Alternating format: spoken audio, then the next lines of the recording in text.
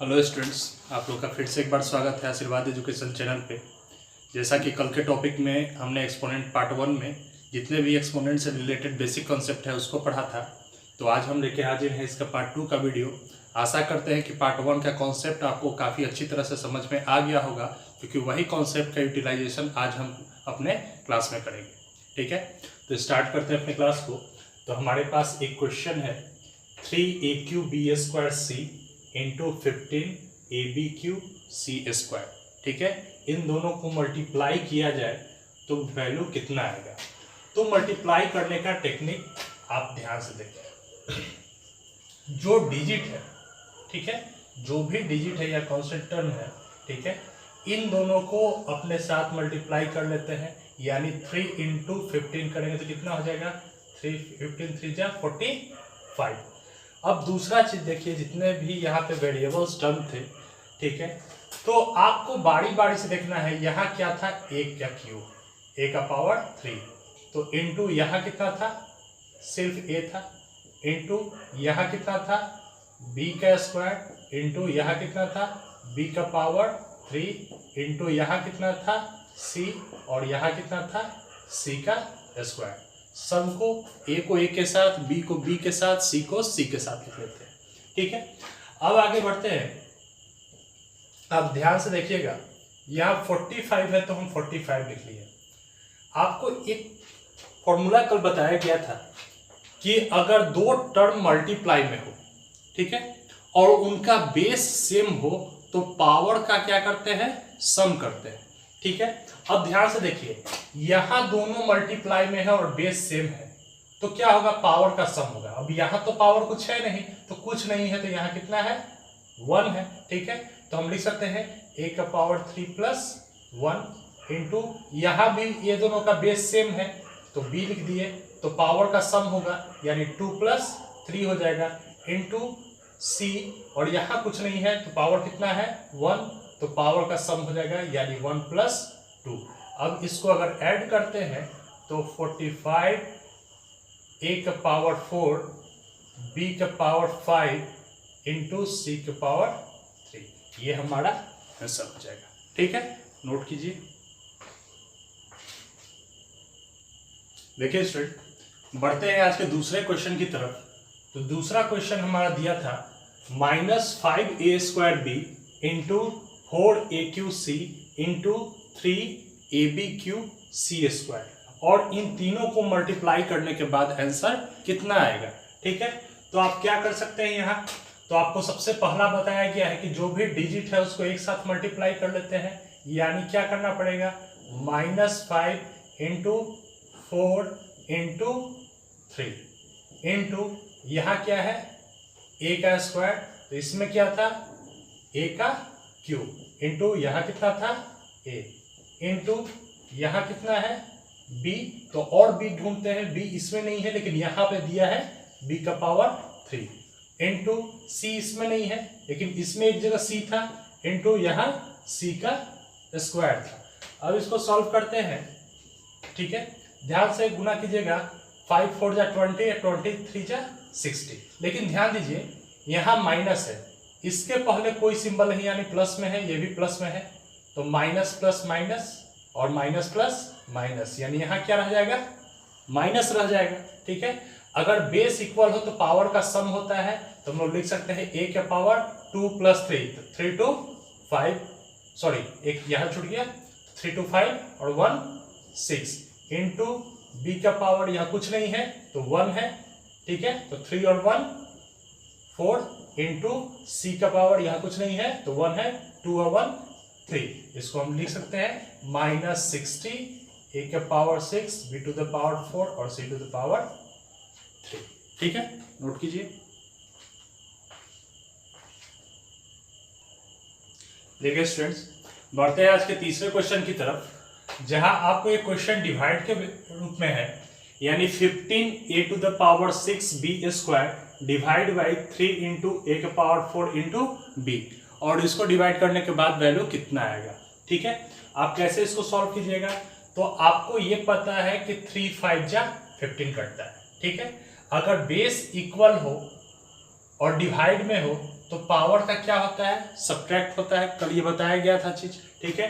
यानी यहाँ भी ए है, यहाँ भी ए है, तो बेस इक्वल है और डिवाइड में है तो पावर क्या होगा, घटेगा।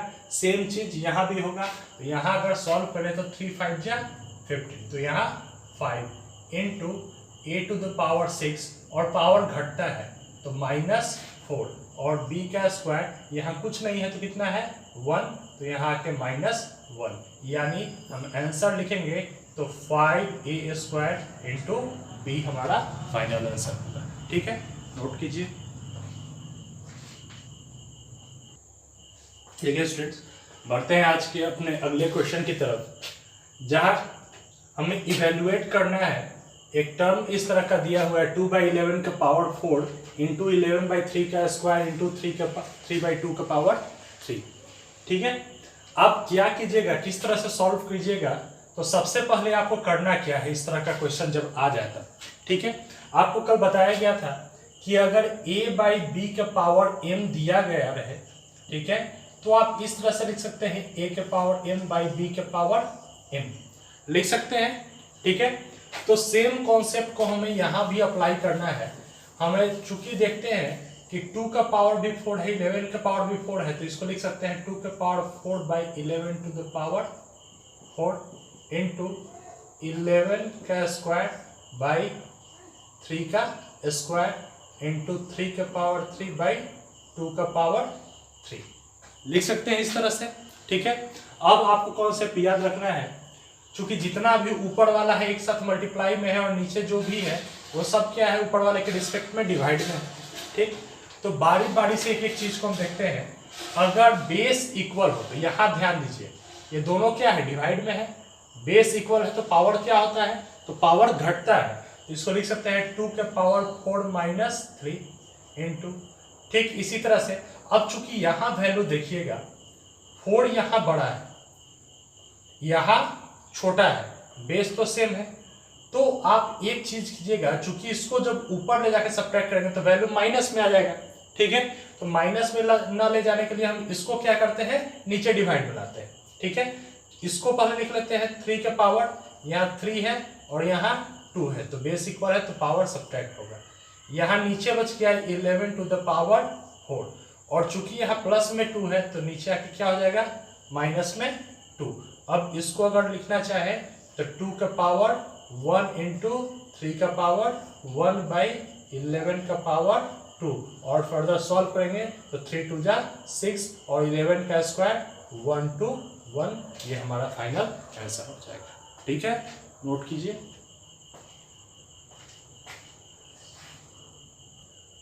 चलिए स्टूडेंट, बढ़ते हैं अपने अगले क्वेश्चन की तरफ। यहाँ पे दिया है क्वेश्चन कि if a is equal to 2, यानी a का वैल्यू 2 के बराबर है and b is equal to 3, b का वैल्यू 3 के बराबर है, तो इनमें से तीनों क्वेश्चन का वैल्यू आपको फाइंड करना है कि ये कितना होगा, ठीक है। अब बारी बारी से आते हैं। सबसे पहले फर्स्ट नंबर क्वेश्चन हमारे पास था, यहाँ पे दिया जा रहा था a का पावर a प्लस b का पावर b। आप ध्यान से देखिएगा तो a का पावर कितना है 2, a का वैल्यू कितना है 2 और b का वैल्यू कितना है 3, तो जहां जहां a लिखा हुआ है वहां वहां 2 लिख देंगे। यहाँ भी 2, यहाँ भी a लिखा है तो 2, यहाँ भी 3 और यहाँ भी 3। अब आप पहला क्लास याद कीजिए, इसका बेसिक जब हम बात कर रहे थे कि यहाँ 2 के पावर 2 का मतलब क्या है कि 2 को 2 बार मल्टीप्लाई में लिखा गया है और 3 के पावर 3 का मतलब क्या है, 3 को 3 बार मल्टीप्लाई में लिखा गया है। अब इसको मल्टीप्लाई कर लेते हैं, 2 2 जा 4 और 3 3 जा 9 एंड 9 3 जा 27 और दोनों को ऐड कर लेंगे तो वैल्यू कितना आ जाएगा 31, ठीक है। बढ़ते हैं इसके दूसरे क्वेश्चन की तरफ। तो क्वेश्चन था a to the power b plus b to the power a, ठीक है। आपको पता है कि a का वैल्यू कितना है 2 और b का वैल्यू कितना है 3 प्लस b का वैल्यू 3 और a का वैल्यू 2। इसको सॉल्व करते हैं तो 2 के पावर 3 का मतलब क्या है कि 2 को 3 बार लिखना है मल्टीप्लाई में और 3 का स्क्वायर का मतलब क्या है 3 को 2 बार लिखना है, 3 इंटू 3 करना है। 2 2 जा 4 और 4 2 जा 8 प्लस 3 3 जा 9 और इसको ऐड करते हैं तो आंसर कितना हो जाएगा 17, ठीक है, अब आते हैं इसके तीसरे क्वेश्चन की तरफ। इसके थर्ड क्वेश्चन में 1/a plus 1/b to the power a है। तो यहां से अगर इसको सॉल्व करते हैं तो 1/a का वैल्यू 2 और b का वैल्यू 3, और चूंकि ऊपर a है पावर में इसलिए a का वैल्यू 2 पुट करते हैं। एलसीएम लेंगे 3 2 जा 6, 2 से 3 टाइम्स कटेगा तो 3 1 जा 3, और 3 से 2 टाइम्स में कटेगा तो 2 1 जा 2, यानी 5/6 का स्क्वायर, तो 5 का स्क्वायर 25 और 6 का स्क्वायर 36, यह हमारा रिक्वायर्ड आंसर। ठीक है, नोट कीजिए।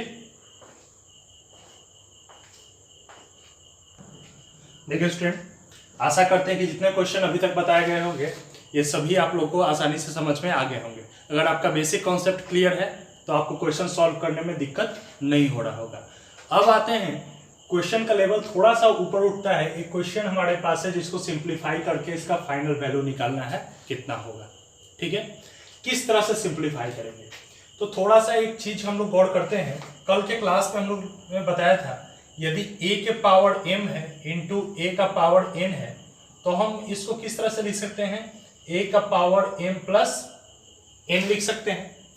अगर ये वैल्यू डायरेक्ट हमें इस फॉर्म में दिया हुआ है तो क्या हम इसे तोड़ के इस फॉर्म में लिख सकते हैं? बिल्कुल लिख सकते हैं।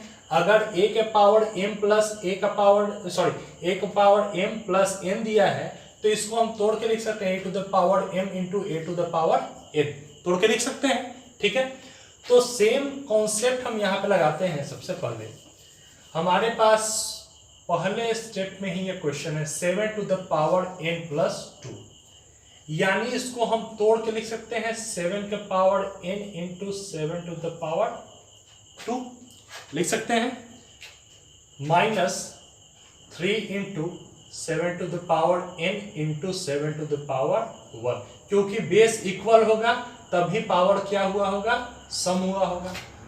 बाई में यहाँ पे 20 into 7 to the power n minus 2 into 7 to the power n लिख सकते हैं। अब देखिए स्टूडेंट्स, इसमें भी 7 टू द पावर n आ रहा है और यहाँ भी 7 टू द पावर n आ रहा है। ठीक यही चीज नीचे भी दोहराया जा रहा है।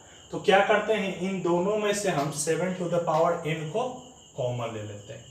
बच कितना जाएगा, 7 का स्क्वायर माइनस 3 इंटू 7 का पावर 1 कितना 7। ठीक है, सेम यही चीज नीचे से भी 7 टू द पावर n को कॉमन ले सकते हैं। तो बच कितना जाएगा, 20 माइनस 2 बच जाएगा। ठीक है, बात समझ में आ रही है। अब क्या कर सकते हैं, 7 to the power n 7 to the power n ये कैंसिल भी कर सकते हैं, या तो आप क्या कर सकते हैं, चूंकि बेस इक्वल रहता है तो पावर जाके सब्ट्रैक्ट होता है तो n माइनस n कितना हो जाएगा 0, यानी 7 का पावर 0, तो कोई भी संख्या का पावर 0 हुआ तो वैल्यू कितना होता है 1 हो जाता है। ठीक है, अब बचा यहाँ क्वेश्चन 7 का स्क्वायर कितना, 7 इंटू 7 49 माइनस 3 7 जा 21 बाई 18, तो यहाँ से सॉल्व कर लेते हैं 28 बाई 18, और इसको अगर डिवाइड करें 2 9 जा और 2 से 14 टाइम्स, यानी 14/9 हमारा फाइनल आंसर होगा। ठीक है, नोट कीजिए।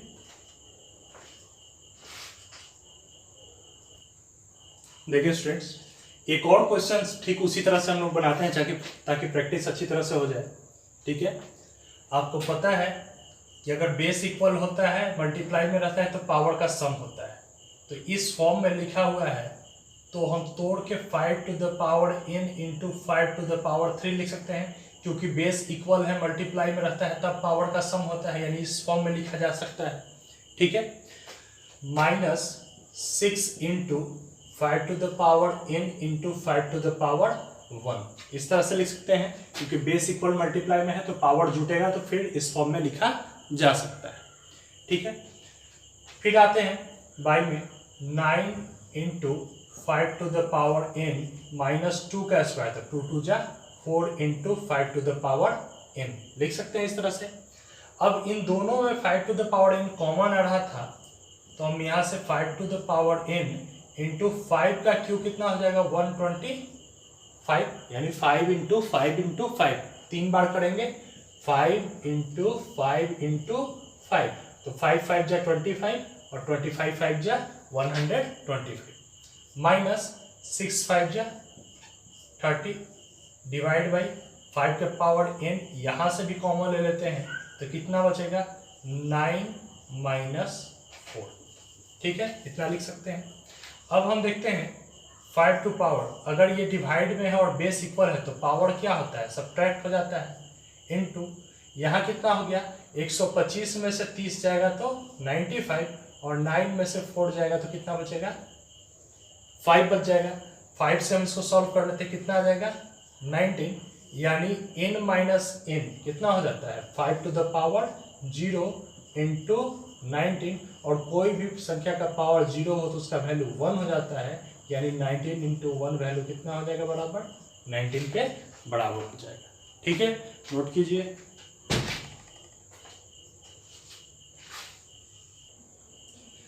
देखिए स्टूडेंट, बढ़ते हैं अपने अगले क्वेश्चन की तरफ। तो आपको कल के क्लास में बताया गया था कि जैसे अगर क्वेश्चन लिखा रहे 3 इंटू 3, तो आप इसको किस तरह से लिख सकते हैं 3 का स्क्वायर, 3 3 जा कितना होता है 9, यानी 9 को आप किस फॉर्म में लिख सकते हैं 3 का स्क्वायर। अगर इसी तरह से लिखा रहे 3 इंटू 3 इंटू 3, तो आप इसको किस तरह से लिख सकते हैं 3 का पावर 3 के रूप में, और तीनों को मल्टीप्लाई करें यानी 3 इंटू 3 इंटू 3 करें तो वैल्यू कितना आएगा 27 के बराबर आएगा। बात समझ रहे होंगे, अगर 27 है तो इसको हम लिख सकते हैं 3 इंटू 3 इंटू 3 यानी 3 का पावर 3, अगर 9 है तो लिख सकते हैं 3 इंटू 3 यानी 3 का स्क्वायर, ठीक है। अब आते हैं अपने क्वेश्चन की तरफ, ठीक है। तो सबसे पहले ध्यान से देखते हैं यहाँ पे, चूंकि ये भी 3 के पावर में कन्वर्ट हो सकता है, ये भी 3 के पावर में कन्वर्ट हो सकता है, तो सबसे पहले हम इसको 3 के पावर के रूप में कन्वर्ट कर लेते हैं, ठीक। जैसा कि 9 है तो 9 को लिख सकते थे 3 का स्क्वायर 3 का पावर 2, और इसका पावर कितना था n था, इंटू 3 का स्क्वायर इंटू 3 का पावर n, और माइनस इसको हम लिख सकते हैं 3 का पावर 3n। 27 को भी बताएं 3 इंटू 3 इंटू 3 लिख सकते थे, यानी हम 3 का पावर 3 भी लिख सकते हैं उसे, ठीक है। फिर आते हैं नीचे 3 के पावर 3m इंटू 2 का power 3 is equal to 1 by, और वैल्यू कितना है 27, ठीक है। अब यहाँ से आपको पता है कि अगर बेस इक्वल हो तो पावर का क्या होता है सम होता है, यानी 3 का power 2n plus n into 3 का स्क्वायर माइनस 3 का पावर 3n, और डिवाइड बाई 3 का पावर 3m इंटू 2 का पावर 3 इज इक्वल टू हम लिख सकते हैं 1/27। यहाँ तक कोई दिक्कत? अब देखिए 2n और n को ऐड किए तो 3 का पावर 3n इंटू 3 का स्क्वायर 9 माइनस 3 का पावर 3n डिवाइड बाई 3 का पावर 3m इंटू 2 का पावर 3 कितना हो गया 8 इज इक्वल टू 1/27, इतना लिख सकते हैं, ठीक है। अब गौर कीजिएगा, चूंकि बीच में यहाँ माइनस का सिंबल है, यहाँ भी 3 का पावर 3n है और यहाँ भी 3 का पावर 3n है, तो हम इसको कॉमन ले लेते हैं 3 का पावर 3n, ठीक है, कॉमन ले लिए तो यहाँ कितना बच गया 9, यहाँ कुछ नहीं बचा तो कितना बच जाएगा 1 डिवाइड बाई यहाँ लेते हैं 3 का पावर 3n और बच गया इंटू 8 इज इक्वल टू 1/27 को लिख सकते हैं 3 का पावर 3 लिख सकते हैं, ठीक है।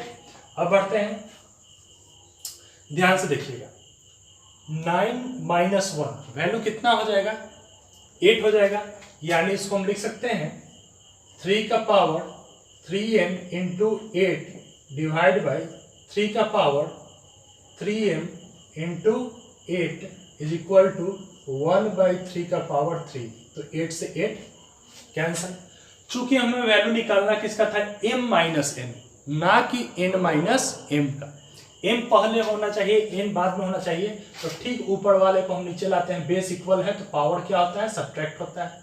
तो हम लिख सकते हैं 3 का power 3m minus 3n is equal to, यहाँ कितना बच जाएगा, ठीक है, तो 3 का पावर 3 बच जाएगा। ठीक, अगर बेस इक्वल होता है तो पावर भी इक्वल माना जाता है, यानी हम पावर को अगर लिखना चाहें तो पावर से 3 कॉमन ले लेते हैं, तो 3 into m minus n is equal to, यहाँ पावर कितना था, 3 था, तो 3 से 3 कट जाएगा एक बार में, इसलिए हम लोग लिख सकते हैं m minus n is equal to 1। ठीक है, नोट कीजिए।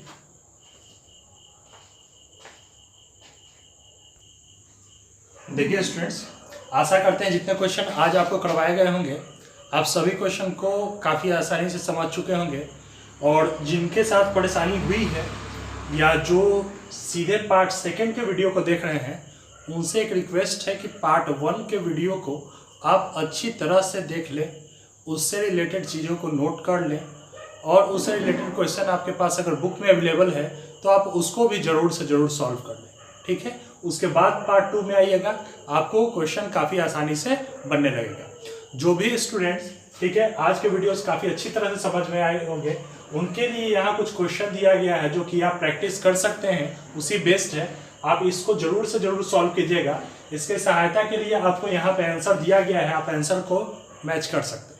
ठीक है, जो भी स्टूडेंट नए हैं उस चैनल को सब्सक्राइब जरूर कर लें, और साथ साथ 9th क्लास में पढ़ने वाले अपने दोस्तों तक भी जरूर से जरूर शेयर करें, क्योंकि धीरे धीरे हम लोग का एक्सपोनेंट्स में काफ़ी आगे बढ़े। इसके बाद काफ़ी सारे चैप्टर्स आपके आने वाले हैं, तो इम्पोर्टेंट चैप्टर आपसे मिस ना हो जाए, इसलिए आप इस चैनल को सब्सक्राइब जरूर कर लें।